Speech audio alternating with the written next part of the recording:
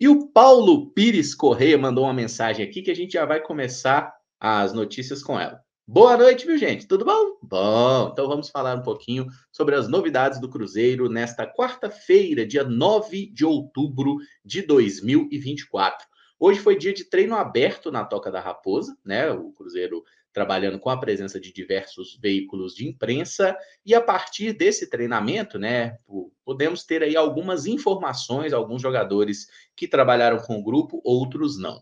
No caso do Matheus Henrique, né, o jogador que o Cruzeiro comunicou oficialmente ontem, que ele teve uma lesão no quadril, tá? Uma lesão muscular no quadril, não foi passado nenhum tipo de prazo, né? Previsão, gravidade, enfim. Foi passado que ele teve essa lesão, certamente vai perder algumas partidas, vai voltar para o jogo contra o Lanús, na ida, na volta, isso aqui, não sei. A gente tem que aguardar, tá? A gente tem que aguardar, não temos essa informação precisa até agora. Mas é um golpe importante, né? É um jogador muito, sim, muito adequado ao estilo de jogo do Fernando Diniz. Havia uma expectativa muito grande que ele assumisse um papel de protagonismo nesse novo time do Cruzeiro que está sendo montado. Infelizmente, o Matheus Henrique está lesionado por um tempo indeterminado aí, fora então do time. E aí o Cruzeiro vai ter que achar soluções para esse meio do campo. A gente fala sobre isso daqui a pouco.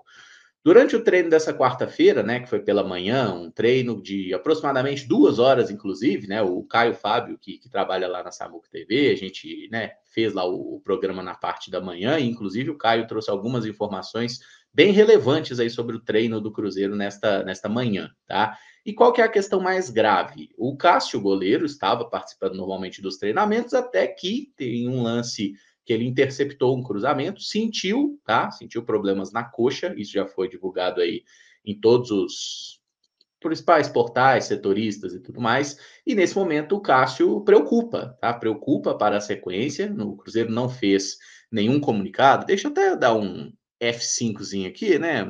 Nas redes sociais do Cruzeiro para ver se saiu alguma coisa sobre o Cássio, porque se for alguma lesão, né, certamente o atleta será reavaliado e o Cruzeiro vai informar, né, se ele teve alguma lesão, alguma coisa assim. Até agora nada, tá? Da mesma forma que o Cruzeiro anunciou a situação envolvendo o Matheus Henrique, se tiver lesão de fato constatada no Cássio, o clube também vai comunicar isso oficialmente. Até agora não, tá? Até agora não há nenhuma informação de que o Cássio esteja lesionado, de que ele vai perder partidas, não tem nada nesse sentido. E a gente deve lembrar que o Cássio vem sentindo há alguns jogos incômodo na coxa, né? Eu lembro da partida contra o São Paulo, em determinado momento, São Paulo, não, partida contra o Vasco, em determinado momento o Cássio, né, foi atendido. Jogo contra o Cuiabá, lembro do Cássio ser atendido também, né? Inclusive, ele não estava cobrando os tiros de meta, né, nessas últimas partidas aí, dava ali o segundo tempo. O Zé Ivaldo estava cobrando os tiros de meta. Então, a gente vê que é um probleminha que o Cássio está tendo, um incômodo na coxa, tá? No treino de hoje, ele estava participando, sentiu, e aí saiu ali com alguma dificuldade para caminhar. Então, assim, é algo que preocupa num primeiro momento, mas a gente tem que aguardar, né? Não somos médicos, não vamos ficar de forma irresponsável ponderando ou, sei lá, né, criando teorias sobre o que o cara tem e o que o cara deixa de ter.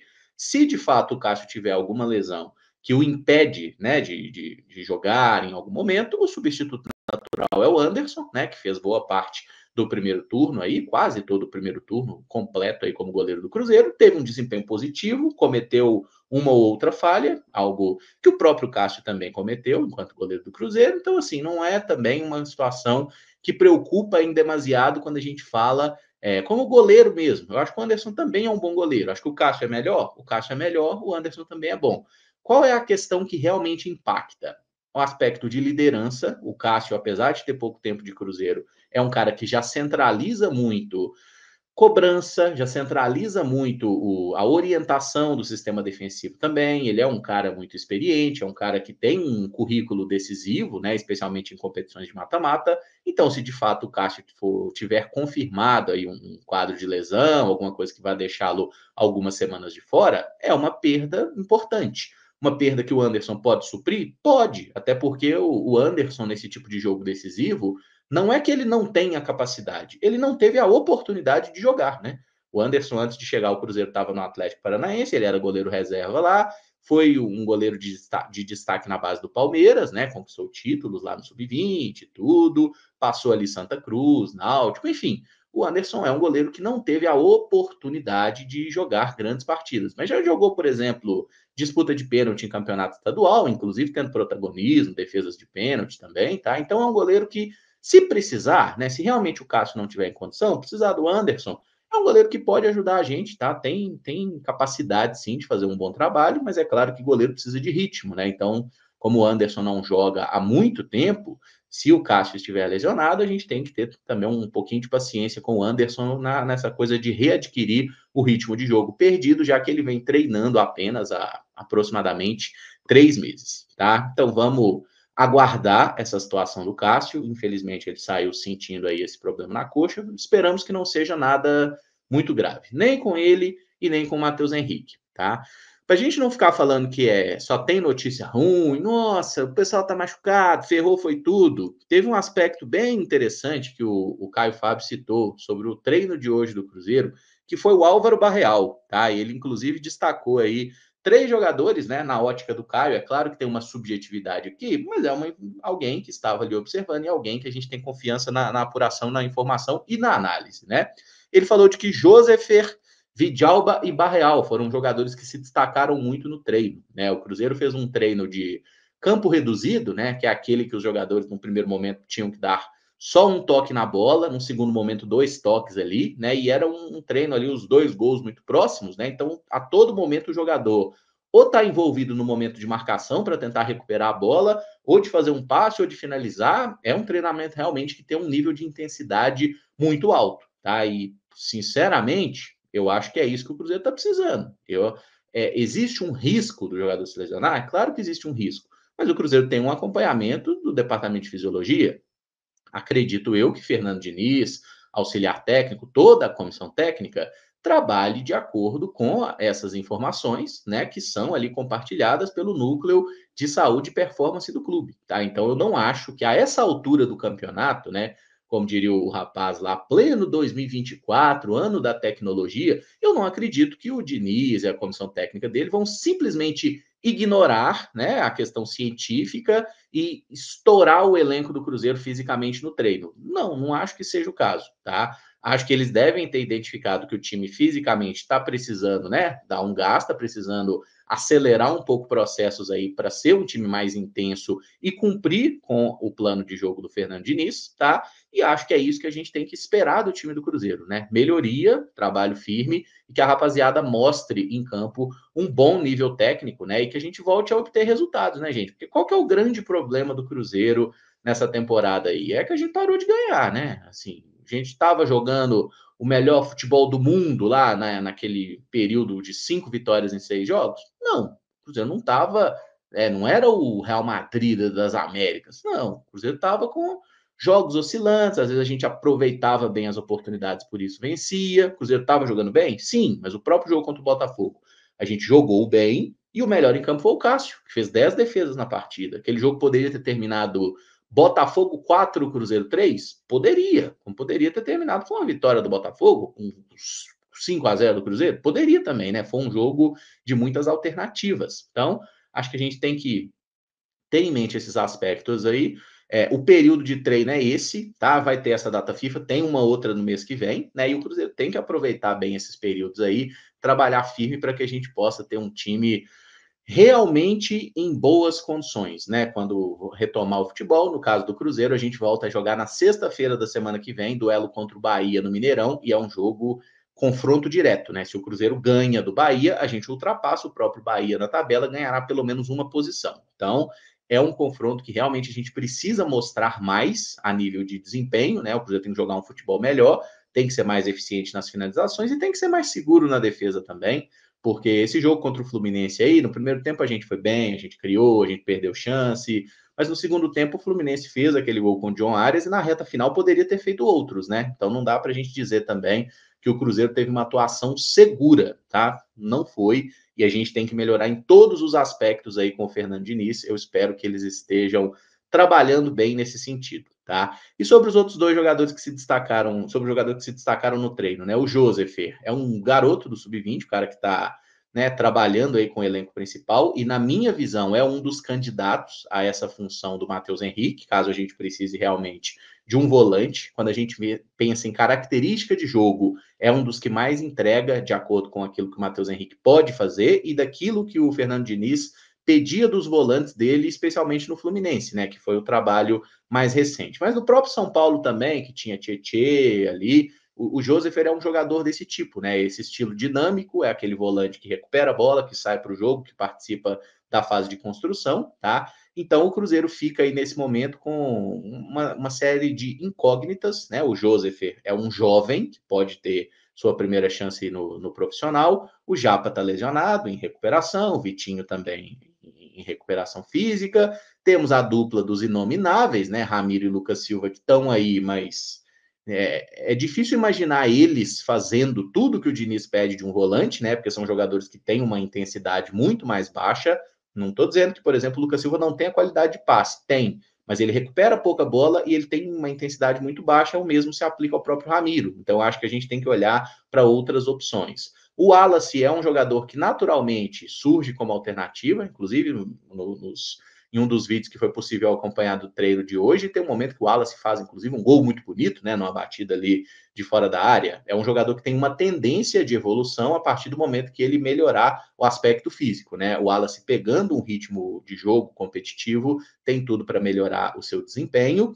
E o jogador que eu acho que acaba despontando aí nesse momento como o mais provável substituto do Matheus Henrique, eu não estou dizendo que vai ser ele, mas quando a gente analisa volante que tem dinâmica de jogo, que tem uma capacidade combativa boa, que chega no ataque, que finaliza, que busca, o nome do Peralta é um que surge com destaque, na minha opinião. Tá? Acho que Fabrício Peralta é um jogador que tem boas possibilidades aí de ter uma sequência com o Fernando Diniz. É um volante que ele não é tão pesado, né, tão fixo como o caso do Wallace, é um jogador de mais dinâmica no meio-campo, né? E é um cara que demorou muito até a primeira chance no Cruzeiro, mas que tem entrado em todos os últimos jogos, né? Inclusive, ele entrou nas partidas com o Fernando Diniz, ele vinha entrando na reta final do trabalho do Seabra também, e me parece ser um jogador bem adequado, né? Entre aquelas opções de elenco do Cruzeiro, né? Considerando a inexperiência do Joseph no futebol profissional, parece que o Peralta é o nome mais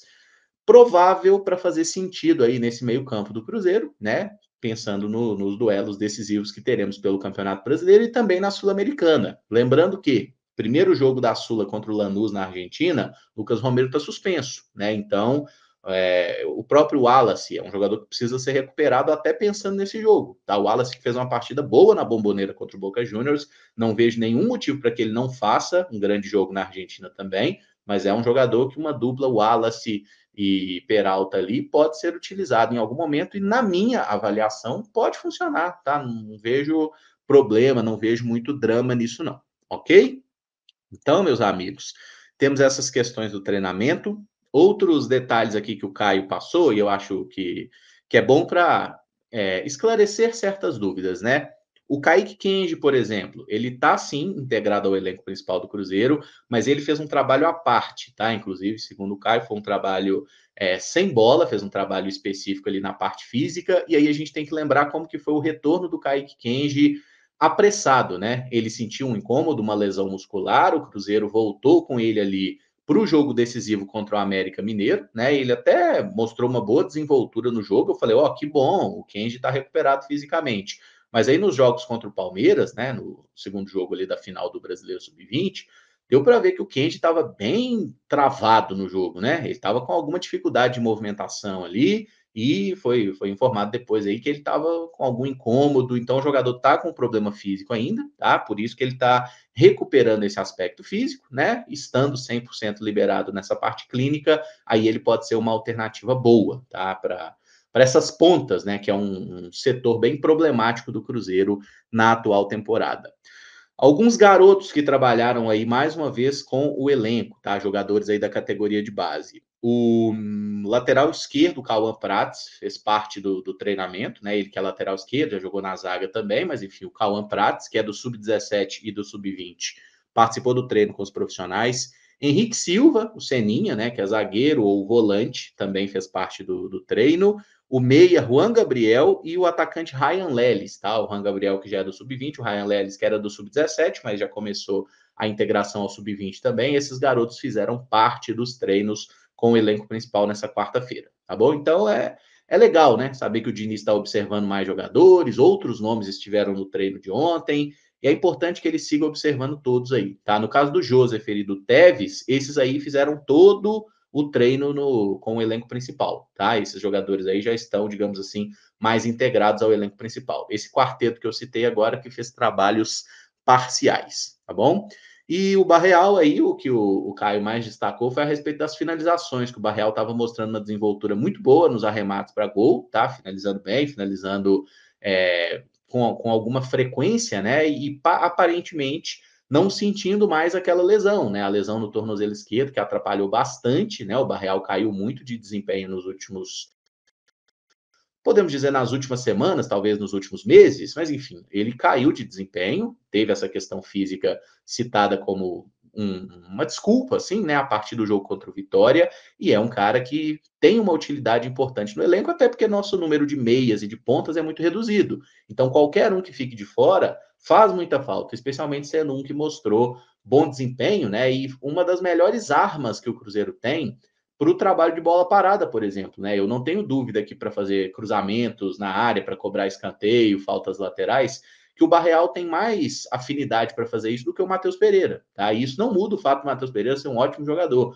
mas eu não acho que ele seja excelente nessa cobrança de bola parada, até porque, como ele mesmo confidenciou, não tem treinado, né, esse tipo de jogada por causa da alta carga de trabalho físico. E o Barreal é um jogador que tem essa predisposição, né? Mostrou, tem alguns gols bonitos que ele marcou lá no futebol norte-americano, especialmente. Então é um camarada aí que é importante a gente ter ele recuperado para essa reta final de ano, porque às vezes, gente, uma bolinha parada aí, ó, resolve um jogo, resolve um campeonato, e a gente é conhecido, né? Em 2024, o Cruzeiro é um time que tem uma bola parada muito vagabunda, né? Muito fraca. A gente não faz gol, né? Fez recentemente lá uma cobrança de escanteio que foi o cruzamento do Barreal para o gol do Zé Ivaldo, mas há quanto tempo, né? A gente não conseguia fazer um gol e a gente precisa melhorar nesse sentido aí.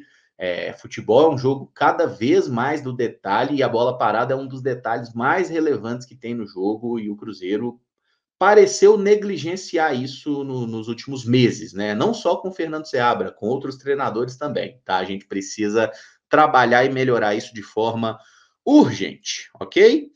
E o jogador que eu botei aí, que é o Lautaro Dias, ele não participou do treino de hoje. Aí você fala, o quê? Meu Deus, Lautaro não participou do treino, machucou também? Não, esse não tem nenhuma informação de lesão, ele não participou do treino, segundo o Cruzeiro, por controle de carga. E quando a gente fala um jogador não participou do treino por controle de carga, significa que estão fazendo aqueles exames, né? Exames médicos clínicos com temperatura do corpo e tudo mais, devem ter identificado nos exames ali que o Lautaro estava com um risco grande de se lesionar, por isso ele ficou fora do treinamento de hoje, tá? Deve ter feito ali um trabalho interno na academia e tudo mais, mas ele não foi a campo, tá bom? Então, Lautaro Dias não tem lesão, mas não participou do treino de hoje. É esperado que amanhã, né, ele volte a trabalhar com o grupo normalmente, ok?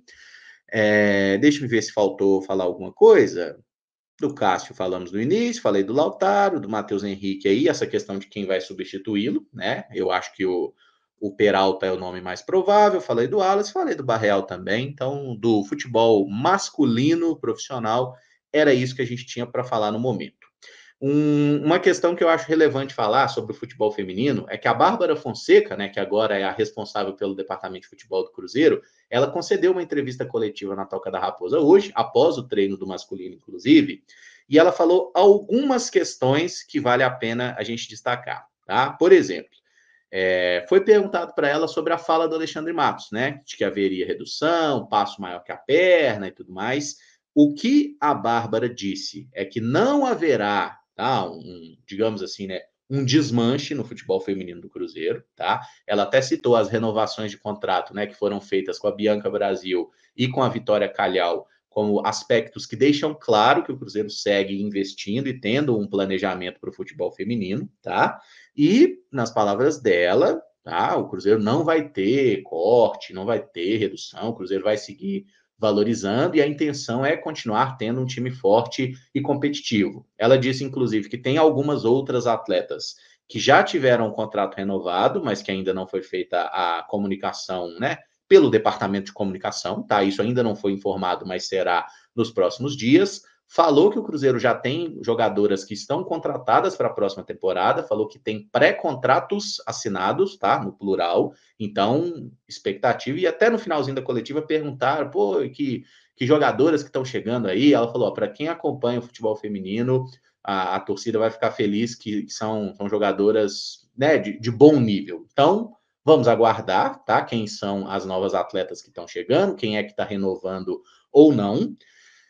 Eu acho que a gente tem sempre que lembrar uma coisa: a Bárbara ela está envolvida nesse projeto de futebol feminino do Cruzeiro desde o início, né? Desde que o Cruzeiro, de certa forma, arrendou o time do América, né? O América tinha um time de futebol feminino, a hora que o Cruzeiro foi obrigado a ter futebol feminino, em 2019, né? Todos os times brasileiros foram, especialmente os que disputavam a Libertadores. O Cruzeiro trouxe uma série de atletas, tá? E a Bárbara também fazia parte disso. Trouxe muita gente que estava no futebol feminino do América, tá? Trouxe uma galera, trouxe outras atletas de fora também, mas o Cruzeiro, a partir daí, desenvolveu o seu time, foi campeão da Série... Campeão não, foi vice-campeão da Série B, né? E subiu para a primeira divisão em 2019. Ficou 21 numa situação horrorosa, né? O masculino, horrível. O feminino também, só que o feminino conseguiu se salvar na primeira divisão, tá? E a partir de 2022, na gestão do Ronaldo, o futebol feminino passou a ser um pouco melhor olhado, né? 2022 ainda foi um ano muito difícil, né? Porque o Cruzeiro estava na Série B, estava com poucos recursos. No ano passado, o Cruzeiro teve ali uma, uma subida de nível muito grande, né? O Cruzeiro melhorou muito na temporada passada, manteve esse nível em 2024. Em 2023, o Cruzeiro ganhou o Mineiro, o Cruzeiro fez quarta de final de Brasileirão, tá? Nessa temporada, a gente foi de novo para as quartas do Brasileiro e está disputando agora o Campeonato Mineiro, com a possibilidade e o favoritismo, inclusive, né? O Cruzeiro é o principal time do futebol mineiro hoje, e ela até falou, né, de como o futebol mineiro ser fraco, né, a competição ter um baixo nível é uma coisa que atrapalha nos investimentos, né? Porque quando aparece um projeto para uma atleta que vai jogar o Campeonato Brasileiro e que vai jogar o Campeonato Paulista, que é um campeonato muito forte, né, regionalmente, a maioria das atletas vai preferir jogar em São Paulo, justamente porque tem esse atrativo também de um calendário mais completo, né, com mais jogos competitivos, com mais visibilidade, enfim, né? O Campeonato Mineiro Feminino, ele é um campeonato muito incipiente, poucos times. O Cruzeiro ganhou de 11-0 esses dias, né? Um desafio técnico também pouco relevante, tá? Mas, nas palavras da Bárbara, então, não haverá essa redução no futebol feminino do Cruzeiro. E aí eu acho que a gente tem que simplesmente observar o que é que vai acontecer, porque é um caso clássico do diz que disse, né?